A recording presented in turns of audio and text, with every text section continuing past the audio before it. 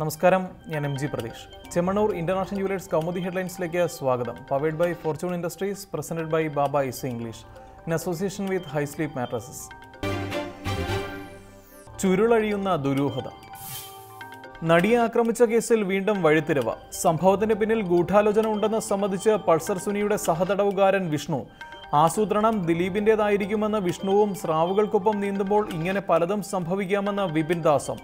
ജയിലിൽ വെച്ച് കത്തെഴുതിയത് അധികൃതരുടെയും പൾസറിന്റെയും ഭീഷണിയെ തുടർന്നെന്നും പ്രതികരണം. അതിനിടെ കസ്റ്റഡി അവസാനിപ്പിക്കണമെന്നാവശ്യപ്പെട്ട് പൾസർ സുനി സമർപ്പിച്ച ഹർജി തള്ളി കോടതി. അഭിഭാഷകനുമായി സംസാരിക്കണമെന്ന ആവശ്യത്തിനും അംഗീകാരമില്ല.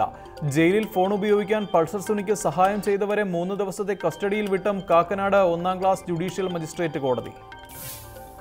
അന്വേഷണം അവസാന ഘട്ടത്തിലേക്ക് കടക്കവേ തെളിവുകൾക്ക് കൂടുതൽ സ്ഥിരീകരണം തേടി പോലീസ്. ഫോൺ വിളി കേസിൽ എറണാകുളം സ്വദേശി സനൽ പി മാത്യുവിനെ ഒഴിവാക്കി അന്വേഷണ സംഘം പ്രതി ചേർത്തത് വട്ടേക്കുന്ന് സ്വദേശി അരവിന്ദനെ. പൾസർ സുനി ചോദ്യം ചെയ്യലിനോട് പൂർണ്ണമായും സഹകരിക്കുന്നില്ലെന്ന് സൂചന. പ്രതികരണവും തിരുത്തും. നടിയെ ആക്രമിച്ച കേസിൽ TP സെൻകുമാറിന്റെ വിമർശനങ്ങളെ തള്ളി ലോക്നാഥ് ബെഹ്റ. അന്വേഷണം ശരിയായ ദിശയിൽ. വിമർശനങ്ങൾ കാര്യമാക്കേണ്ടതില്ല. ഉദ്യോഗസ്ഥ സംഘം ഒറ്റക്കെട്ടായി മുന്നോട്ട് പോകണമെന്നും ബെഹ്റ. വിശദീകരണം സെൻകുമാറിന്റെ വിമർശനങ്ങൾക്കെതിരായ B സന്ധ്യയുടെ പരാതിയിൽ നൽകിയ മറുപടി കത്തിൽ. ദിനേന്ദ്ര കശ്യപിന് പരാതിയുണ്ടെന്ന ആക്ഷേപത്തിന് അടിസ്ഥാനമില്ലെന്നും പോലീസ് മേധാവി.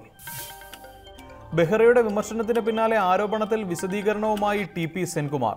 വാരികയിൽ വന്നത് അർദ്ധസത്യങ്ങൾ. തന്റെ വാക്കുകളെ തെറ്റായി വ്യാഖ്യാനിച്ചു. പറഞ്ഞത് ചോദ്യം ചെയ്ത ദിവസം തെളിവില്ലായിരുന്നുവെന്ന്.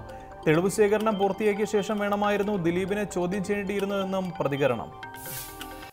ഓരോ കേസിനും 2 ഭാഗങ്ങളുണ്ടെന്ന് സെൻകുമാർ.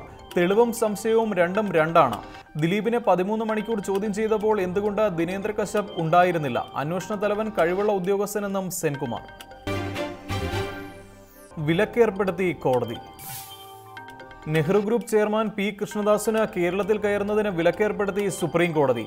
കേസന്വേഷണം പൂർത്തിയാകുന്നതുവരെ കൃഷ്ണദാസ് കോയമ്പത്തൂരിൽ തന്നെ തങ്ങണം. അന്വേഷണ ഉദ്യോഗസ്ഥൻ ആവശ്യപ്പെട്ടാൽ മാത്രം കേരളത്തിലെത്താം. ഉത്തരവ് ഷഹീർ ഷൗക്കത്ത് അലി കേസിൽ പ്രതികളുടെ ജാമ്യം റദ്ദാക്കണമെന്നാവശ്യപ്പെട്ട് സർക്കാർ സമർപ്പിച്ച ഹർജിയിൽ. ജിഷ്ണു പ്രണോയ് കേസ് ഏറ്റെടുക്കുന്ന കാര്യത്തിൽ CBI 2 ആഴ്ചയ്ക്കകം നിലപാട് അറിയിക്കണം. നിർദ്ദേശം ജിഷ്ണു കേസ് CBIക്ക് കൈമാറി സംസ്ഥാന സർക്കാർ വിജ്ഞാപനം പുറപ്പെടുവിച്ച സാഹചര്യത്തിൽ കോടതി ഉത്തരവ് സ്വാഗതം ചെയ്ത ജിഷ്ണുവിന്റെ കുടുംബം. അന്വേഷണത്തിൽ പൂർണ്ണ വിശ്വാസമെന്ന് അച്ഛൻ അശോകൻ. അഴിച്ചാൽ തീരാത്ത കുരുക്ക്.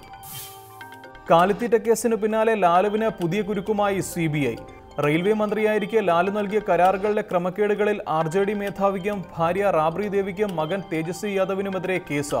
അഴിമതിക്ക് തെളിവ് തേടി റാബ്രി ദേവിയുടെ വസതി ഉൾപ്പെടെ 12 കേന്ദ്രങ്ങളിൽ CBI റെയ്ഡ്.